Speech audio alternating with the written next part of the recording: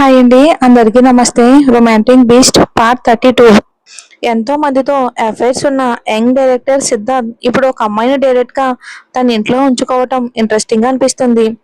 First లో marriage మీద ఎలాంటి ఇంట్రెస్ట్ లేదని చెప్పిన సిద్ధార్థ్ ఇలా ఒక అమ్మాయితో ఉన్నాడు అంటే అది ఏ టైప్ రిలేషన్ తెలుసుకోవాల్సిన అవసరం లేదు అని అంటూ వరుసగా ఇక పిక్ పాయింట్ ఇన్సిడెంట్ తర్వాత శశి కాలికి గాయమైతే సిద్ధార్థ పడుకున్న పిక్ తో పాటు మరికొన్ని పిక్స్ తో అబద్ధాలు నిజాలు కలిపి వస్తున్న న్యూస్ చూసి శశి కళ్ళల్లో నీళ్లు తిరిగితే తనతో పాటు ఆ న్యూస్ చూసిన సిద్ధార్థ్ కళ్ళు కోపంతో నిండిపోయాయి.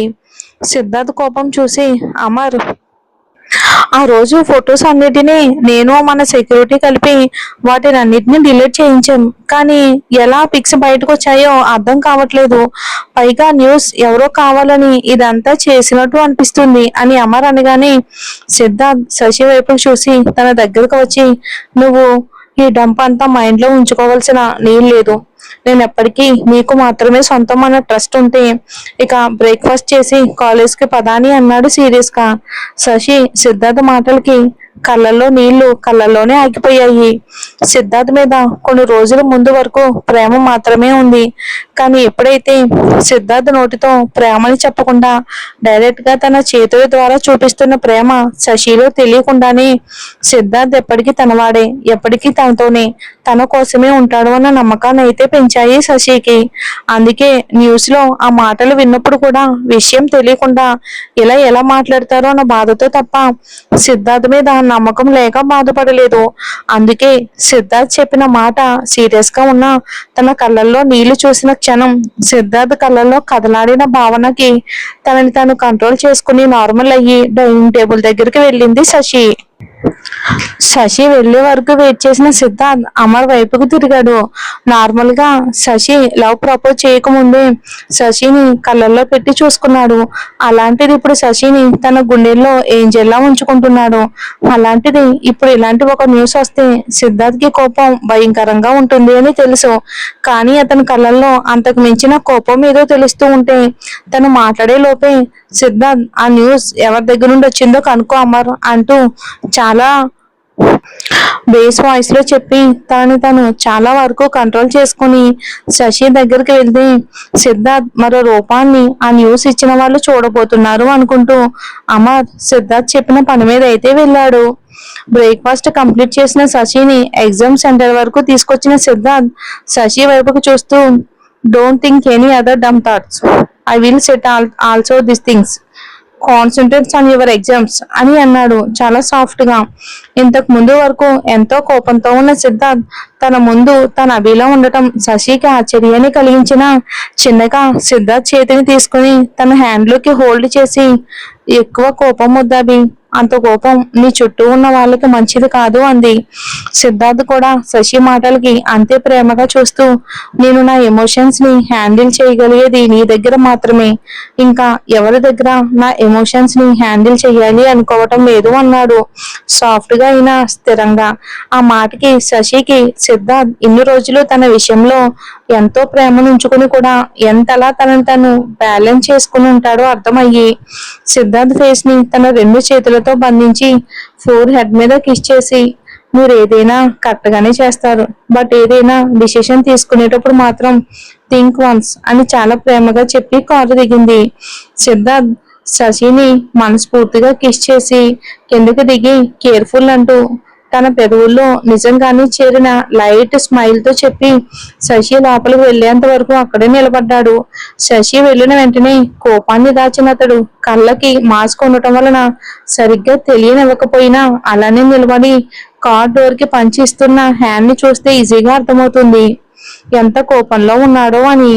శశి కాల్ ఆఫీస్ లో ఉన్న సిద్ధార్థ్ కి అమర్ కాల్ చేయడంతో లిఫ్ట్ చేసిన సిద్ధార్థ్ కి అమర్ నిమిషం వరకు సైలెంట్ గా ఉండటంతో, ఎవరు అమర్, హూస్ దట్ అని అన్నాడు గంభీరంగా. అప్పటికా న్యూస్ ని వైరల్ చేసింది ఎవరో తెలుసుకున్న అమర్ షాక్ అవుతూనే సిద్ధార్థ్ వాయిస్ కి రాజ్ రాజ్ అన్న మాట, ఆ మాట సిద్ధార్థ్ వినగానే అప్పటి వరకు ఆ నేమ్ కాకూడదు అనుకుంటున్న సిద్ధార్థ్ ఒక్కసారిగా గట్టిగా కళ్ళు మూసి తెరిచి, ఈవినింగ్ మీడియాతో మీటింగ్ అరేంజ్ చేయి, అందులో స్పెషల్లీ మార్నింగ్ న్యూస్ ని ట్రెండ్ చేసిన వాళ్ళు కూడా ఉండాలి అంటూ కమాండింగ్ వాయిస్ లో చెప్పి కాల్ కట్ చేశాడు. రాజ్ మూవీ ఫీల్డ్ లోనే కాక బయట కూడా ఎంత మంచి వ్యక్తో, అంతేకాకుండా తను ఏదైనా చెయ్యాలి అనుకుంటే ఎవరు అడ్డున్నా తట్టుకొని నిలబడగలిగే క్యాపబిలిటీ ఉన్న వ్యక్తి. ఎలాంటి వ్యక్తి అయినా తనకి అడ్డు వస్తేనే పాతాళానికి తొక్కే హార్ట్ నేచర్ ఉన్న సిద్ధార్థ్ని ఎలా తట్టుకుంటాడో, ఇద్దరి మధ్య కంటికి కనిపించకుండా మొదలైన యుద్ధం ఎంతవరకు దారి తీస్తుందో తెలియక సిద్ధార్థ్ చెప్పిన పని చేయటం అయితే స్టార్ట్ చేశాడు అమరు. ఈవినింగ్ కాలేజ్ కి అమరు వచ్చి పిక్ చేసుకోవడంతో శశి సిద్ధార్థ్ వస్తాడు అని కొద్దిగా డిసప్పాయింట్ అయినా సరే తను రాకపోవడానికి ఏదో ఒక రీజన్ ఉంటుందని సైలెంట్ గా అమర్తో కలిసి ఇంటికి వచ్చేసింది. తను ఇంటికి వచ్చేసరికి ఇంటి ముందు ఉన్న క్రౌడ్ చూసి భయంగా అక్కడే ఆగిపోతే, కమ్ శశి కమ్ అని అంటూ అమర్ ఇంకొక వే నుండి లోపలికైతే తీసుకొచ్చేశాడు శశిని. శశి, అమర్ సార్, అది బయట ఏం జరుగుతుంది అని అనగానే అమర్ అసలు ఏం మాట్లాడకుండా బయట జరుగుతున్న మీడియా మీటింగ్ టీవీలోని లైవ్ లో వస్తూ ఉండటంతో టీవీ అయితే ఆన్ చేశాడు లోపల. అప్పటి వరకు నార్మల్ గా కూర్చున్న శశికి అసలు ముందు ఏమీ అర్థం కాకపోయినా టీవీలో గంభీరంగా వస్తున్న సిద్ధార్థ్ వాయిస్ కి తెలియకుండానే సీరియస్ గా వినడం అయితే స్టార్ట్ చేసింది శశి. సిద్ధార్థ్ మీడియాని పిలవగానే ఎప్పుడు వాళ్ళు వెంటపడినా కానీ తను చెప్పాల్సింది ఫేస్ మీదే చాలా యాటిట్యూడ్ గా చెప్పేసి వెళ్ళి సిద్ధార్థ్ సడన్ గా ఇలా పిలవటంతో అందరూ మంచి స్టఫ్ దొరికింది అనుకుంటూ లోపలికి వచ్చారు.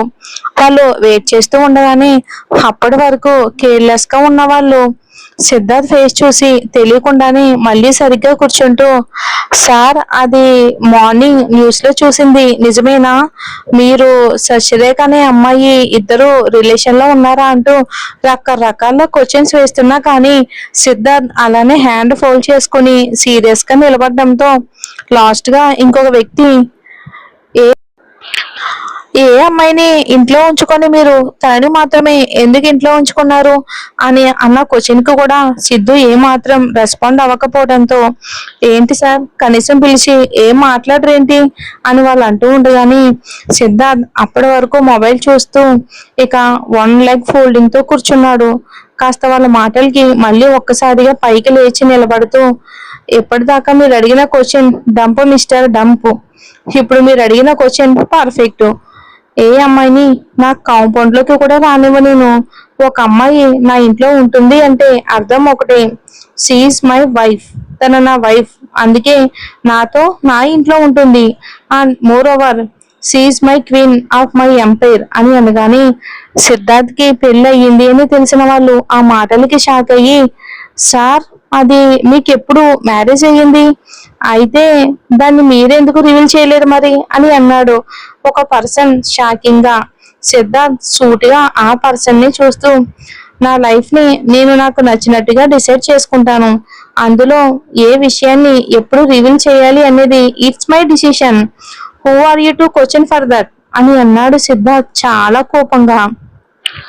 ఎప్పుడు మూవీ డిస్కషన్ టైంలో ఉండే సిద్ధార్థ్ ఎప్పుడు కూల్ గా ఉంటాడు, కానీ ఇలా కళ్ళల్లోనే కోపాన్ని చూపిస్తున్న సిద్ధార్థని చూస్తూ కొంచెం భయపడుతూనే, సార్, మీరే కదా మీకు అంతకు ముందు మ్యారేజ్ మీద ఇంట్రెస్ట్ లేదు అని చెప్పారు అని అన్నాడు. సిద్ధార్థ్ ఆ మాటకి, ఎస్, తను కాకుండా వేరే ఎవరు నా లైఫ్ లోకి వచ్చినా నాకు మ్యారేజ్ మీద ఇంట్రెస్ట్ ఉండేది కాదు. But when she entering to my life she change all my thoughts with her love అని అన్నాడు అంతే సీరియస్ గా. ఇక మీడియా వాళ్ళు సిద్ధార్థ్ కొద్దిగా కూల్ అయ్యాడు అనుకుని ఎలాగో శశిరేఖ ఎవరో సిద్ధార్థ్ కి ఆ అమ్మాయికి రిలేషన్ ఏంటో తెలిసింది కాబట్టి ఇంకొక క్వశ్చన్ అడిగి సిద్ధార్థ్ కోపాన్ని చూడలేక, ఓకే సార్, మేము బై మిస్టేక్ న్యూస్ ఇచ్చాము, sorry for that, we will end this meeting అని అనగానే సిద్ధార్థ్ ఏం మాట్లాడకుండా మార్నింగ్ న్యూస్ లో వచ్చింది మొబైల్లో ఆన్ చేసి పెట్టాడు వాళ్ళ ముందు. మార్నింగ్ మొత్తం శశిరేఖ సిద్ధార్థ్ గురించి రాంగ్ వేలో పోర్ట్రేట్ చేసింది కనిపిస్తూ ఉంటే భయంతో గుటకలు మింగుతూ, sorry sir, sorry for that, మాకు మేడం మీ వైఫ్ అని తెలియదు కాబట్టి అలా న్యూస్ రాసాం అని తడబడుతూ అనగానే సిద్ధార్థ్ చాలా కోపంగా, మీకు ఫ్యాక్ట్ ఏంటో తెలియదు కాబట్టి మీకు నచ్చింది మీరు న్యూస్ గా మారుస్తారా అని అన్నాడు. సిద్ధార్థ్ వాయిస్ కి భయంతో నిలబడి నిలబడిన వాళ్ళకి ఇప్పుడు సిద్ధార్థ్ కళ్ళల్లో కోపం మాట కూడా బయటికి రానివ్వకపోగా వాళ్ళు చేసిన తప్పు కళ్ళ ముందే వాళ్ళకి కనిపిస్తూ ఉంటే ఏం చేయాలో తెలియక అలానే నిలబడిపోయారు మీడియా అంతా. ఇంతలో పక్కనే ఉన్న అమర్ సిద్ధార్థ్ చేసేది జరిగేది ఇక లైవ్ ద్వారా చూస్తున్న ఆ న్యూస్ ఛానల్ సిఇఓ వరుసగా కాల్ చేస్తూ జరిగిన దానికి సారీ చెప్తూ ఇంకొకసారి ఇలాంటి మిస్టేక్ రిపీట్ చేయమని అపాలజీ లెటర్ కూడా అప్పటికప్పుడు మీడియాకి రిలీజ్ చేయడంతో ఆగిపోయాడు. Siddharth don't day to pass the wrong statement and I know who involve that but I don't leave anyone అని చాలా కోపంగా చెప్పేసి విసురుగా లోపలికి వెళ్ళిపోయాడు. అమ్మయ్య అని ఊపిరి పీల్చుకుంటూ స్టూడియోకి వెళ్ళిన వాళ్ళల్లో మార్నింగ్ న్యూస్ లో ఇన్వాల్వ్ అయిన వాళ్ళందరికీ ఒక్కసారిగా వేరు వేరు రీజన్స్ తో సస్పెండ్ ఆర్డర్ రావడంతో అందరూ షాక్ తో బిగుసుకుపోయారు. అనవసరంగా సిద్ధార్థ్ గురించి తెలిసి కూడా నిజాన్ని తెలియకుండా అలా రాసినందుకు నిజంగానే షేమ్ గా ఫీల్ అవుతూ అక్కడ నుండి జాబ్ వదిలేసి వెళ్ళిపోయారు.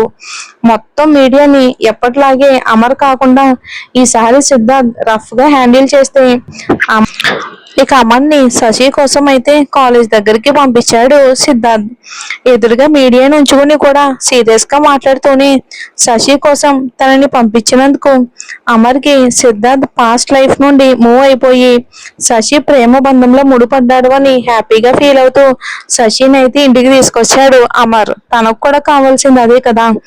ఇదంతా టీవీలో చూస్తున్న శశికి సిద్ధార్థ్ వే ఆఫ్ యాటిట్యూడ్ కి ఒక్క క్షణం ఫ్రీజ్ అయిపోతే సిద్ధార్థ్ నోటి నుండి వచ్చిన మై వైఫ్ అనే పదం శశి గుండెల్లో చిన్న అలజడితో పాటు ఇన్ని రోజులు తను సిద్ధార్థ్తో ఉంటే చాలు అనుకుంది. ఇప్పుడు ఏకంగా సిద్ధార్థ్ తనని అతని హార్ట్ లో క్వీన్ గా నిలబెట్టడం ఒక అద్భుతంలా అనిపించింది. అంతలో ఇంకొకసారి మీడియా తన గురించి శశి గురించి ఆలోచించాలి అంటే సన్నని వణుకొచ్చేలా చేసి లోపలికి వచ్చాడు సిద్ధార్థ్. సిద్ధార్థ్ని చూసిన శశికి తను అన్ని భావాలని బయటికి చూపించాలి అనుకున్న అమర్ కూడా అక్కడే ఉండడంతో సైలెంట్ గా నిలబడిపోతే సిద్ధార్థ్ గో ఆన్ పికప్ అంటూ నార్మల్ వాయిస్ లో చెప్పగానే భారంగా పైకి వెళ్ళింది. అమర్ మాత్రం ఇప్పటి వరకు బయట అందరికీ తన యాంగర్ మోడ్తో ఊపిరి ఆడకుండా చేసి అంత కోపంలో కూడా శశితో నార్మల్ గా మాట్లాడడం చూసి వీడు నాకు అర్థం కాడు అని అనుకుంటూ ఉండగానే సిద్ధార్థ్ సైలెంట్ గా లోపలికి స్టెప్స్ వైపుకి వెళ్తూ ఉంటే కేవలం న్యూస్ టెలికాస్ట్ చేశారని టోటల్ ఇండియాకి శశి తన వైఫ్ అని తెలిసేలా చేసి అదంతా చేయడానికి రీజన్ అయిన రాజ్ గురించి మాట్లాడకుండా వెళ్ళటం అనుమానంగా అనిపించినా సైలెంట్ గా ఉండిపోయాడు అమరు. సిద్ధార్థ్ ఫ్రెష్ అయ్యి శశి రూమ్ లోకి వెళ్ళగానే బాల్కనీలో నుంచున్న శశి వెనకగా వెళ్ళి ఇక వెనకాలే హక్ చేసుకున్నాడు సిద్ధార్థ్. తన స్పర్శకి చాలా వరకు అలవాటు పడ్డ శశి సడన్ హగ్ కి కొద్దిగా జరికిచ్చినా తన వీపిని తాకిన ఊపిరి స్పర్శ అది సిద్ధార్థ్ అని తెలియచేయడంతో తన చుట్టూ బిగుసుకున్న సిద్ధార్థ్ హ్యాండ్ మీద తన చేతులు ఉంచింది. కాసేపటి వరకు శశి షోల్డర్ మీద చిన్ పెట్టి ఉంచిన సిద్ధార్థ్ మిస్ యూ అన్నాడు లో వాయిస్ తో. ఆ మాటకి శశి తను ఎంత మిస్ అయ్యిందో చెప్పాలి అనుకున్నా అలాగే ఉండిపోయింది.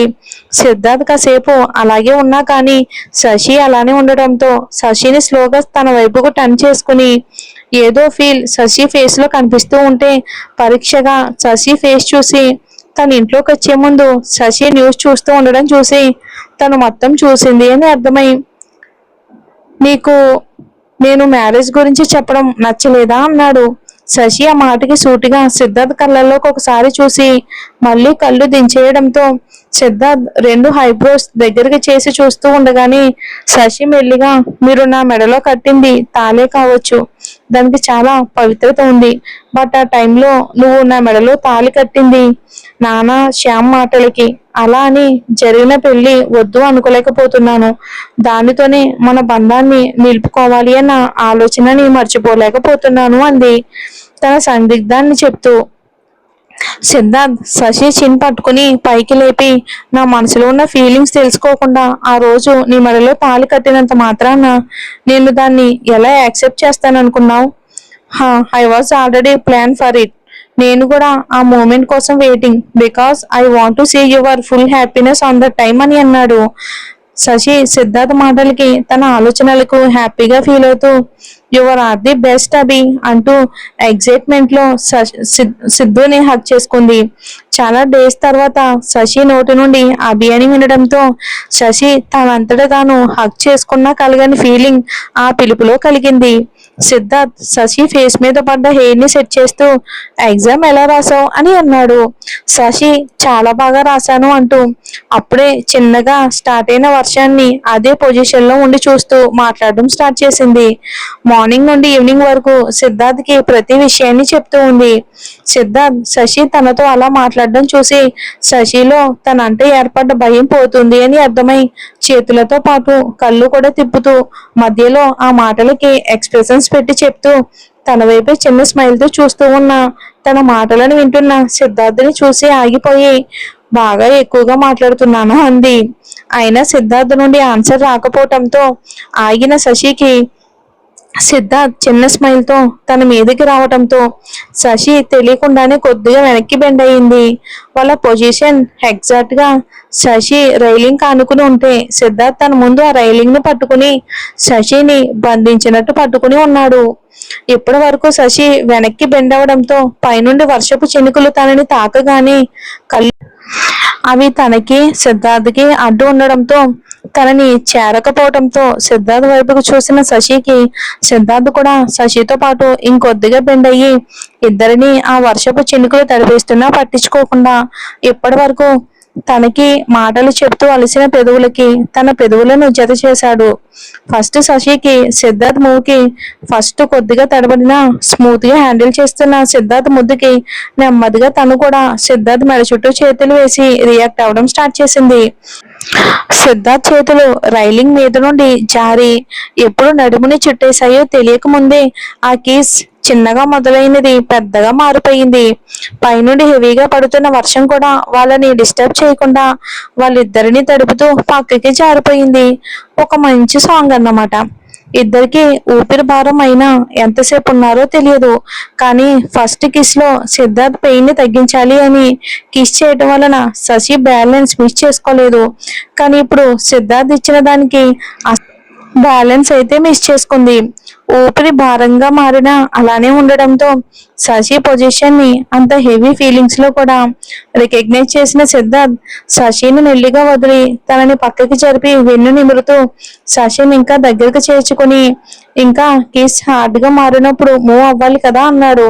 శశి వెట్ లిప్స్ కందిపోయి ఉండడంతో వాటిని చిన్నగా తన హ్యాండ్ ని శశి చిక్ మీద ఉంచి థమ్ ఫింగర్ తో లిప్స్ ని టచ్ చేస్తూ అసలే గులాబీ రంగులో ఉండే శశి పెదవులు ఇంతకు ముందు ముద్దు వల్ల ఇంకా పింకిష్ గా అయిపోతే ఇప్పుడు పైనుండి పడుతున్న వర్షపు చినుకులు శశి పెదవుల మీద నిలిచి ఉండటం చూస్తూ ఉంటే ఏదో అద్భుతంగా అనిపించినా తను కంట్రోల్ చేసుకుని నిలబడ్డాడు సిద్ధు.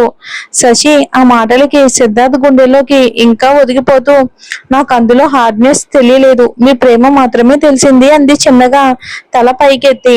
శశి ఆ మాట చెప్పిన వెంటనే సిద్ధార్థ్ మళ్ళీ స్లోగా శశి మీదకి బెండ్ అయితే సిద్ధార్థ్ అతను మూవ్ తనకి తెలుసు అన్నట్లుగా సిద్ధార్థ్ ని ఆహ్వానిస్తున్నట్లు కళ్ళు మూసుకోగానే సిద్ధార్థ్ శశి నుండి వచ్చిన రెస్పాండ్ కి చిన్నగా పెదవులు అందుకుని తనలో ఉన్న ప్రేమని ఇంకా ఇంకా ఎక్కువగా శశికి అందించడం స్టార్ట్ చేశాడు. ఎంతసేపటికి తనివి తీరని ఆ ప్రేమలో కాసేపటికి శశిని వదిలి అలానే హత్తుకుని శశి మెడవంపుల్లో నిలిపి అక్కడ ఉన్న శశి ప్రెజెన్స్ ని గుండెల నిండా పీల్చుకుంటూ ఉన్నాడు. నీ మాటలతో నీ ప్రేమతో చేతలతో నన్ను కంట్రోల్ లాస్ అయ్యేలా చేస్తున్నావు ఏంజిల్ అని అన్నాడు. ఆ మాటకు కూడా శశి ఏం మాట్లాడకుండా తన చేతుల్లో అలానే ఒదిగిపోయి ఉండటంతో తానే దూరం జరిగి వెళ్లి ఫ్రెష్ అయ్యరా అంటూ పంపించాడు. ఆ టైంలో సిద్ధార్థ్ ఎన్ని ఎమోషన్స్ బ్యాలెన్స్ చేస్తున్నాడో తనకి మాత్రమే తెలిసిన విషయం అది. మనసు మెదడు రెండు ఏకమై శశిని కోరుకుంటుంటే ఆ ప్రేమను పొందేది ఇప్పుడు కాదు అంటూ తన ఆలోచనలని కంట్రోల్ చేయమని ప్రకృతి హెల్ప్ తీసుకుని ఇందాక బెండ్ అయిన బ్యాక్ పొజిషన్ లో రైలింగ్ మీద హ్యాండ్ ఉంచి బెండ్ అయ్యి తన ఫేస్ మీద పడుతున్న వర్షానికి తనలో కలిగిన థాట్స్ ని అదుపులో ఉంచమని ఆ వర్షానికి అవకాశం ఇస్తూ అలానే నుంచున్నాడు. ఇక 1 అవర్ ముందు లోపలికి వెళ్ళిన సిద్ధార్థ్ అప్పుడే కూల్ గా బయటికి రావటంతో అసలే రాజు విషయంలో ఎలాంటి డిసిషన్ తీసుకున్నాడో అనే టెన్షన్ లో తనుంటే ఇలా సిద్ధార్థ్ ఏమీ జరగనట్టు రావటం చూసి అమర్ సిద్ధార్థ్ చేతిని పట్టుకుని కొద్దిగా పక్కకి తీసుకొచ్చి, what are you thinking Siddhu? Raj గురించి నీ మైండ్ లో ఎలాంటి డిసిషన్ తీసుకున్నావు? అయినో నువ్వు శశి వరకు వస్తే ఎంత హార్డ్ గా మారుతావో నాకు తెలుసు. అసలు రాజు ఇలా చేయటం ఏంటి? అది తెలుసు కూడా నువ్వు ఇంతవరకు సైలెంట్ గా ఉండడానికి రీజన్ ఏంటి అన్నాడు. సిద్ధార్థ్ ఆ కొద్దిసేపు తన ప్రపంచమైన శశి మాయలో బయట ప్రపంచాన్ని మర్చిపోతే అమర్ మాటలకి మళ్ళీ జరిగింది గుర్తుకు వస్తూ ఉంటే కోపాన్ని కంట్రోల్ చేసుకుంటూ, దీనికి రీజన్ రాజే అమర్, రాజే. బట్ రాజు ఈ పని చేయలేదు. అలాగే నేను ఇప్పటి వరకు రాజుని ఏమీ చేయకుండా ఉండడానికి రీజన్ ఇది చేసింది రాజ్ కాదు కాబట్టి అన్నాడు. చిన్నగా అయినా అమర్కి అర్థమయ్యేలా చెప్తూ, రాజ్ కదా, మరి రాజ్ కాకపోతే ఎవరు చేశారు? రంజిత, చూద్దాం ఏం జరుగుతుందో.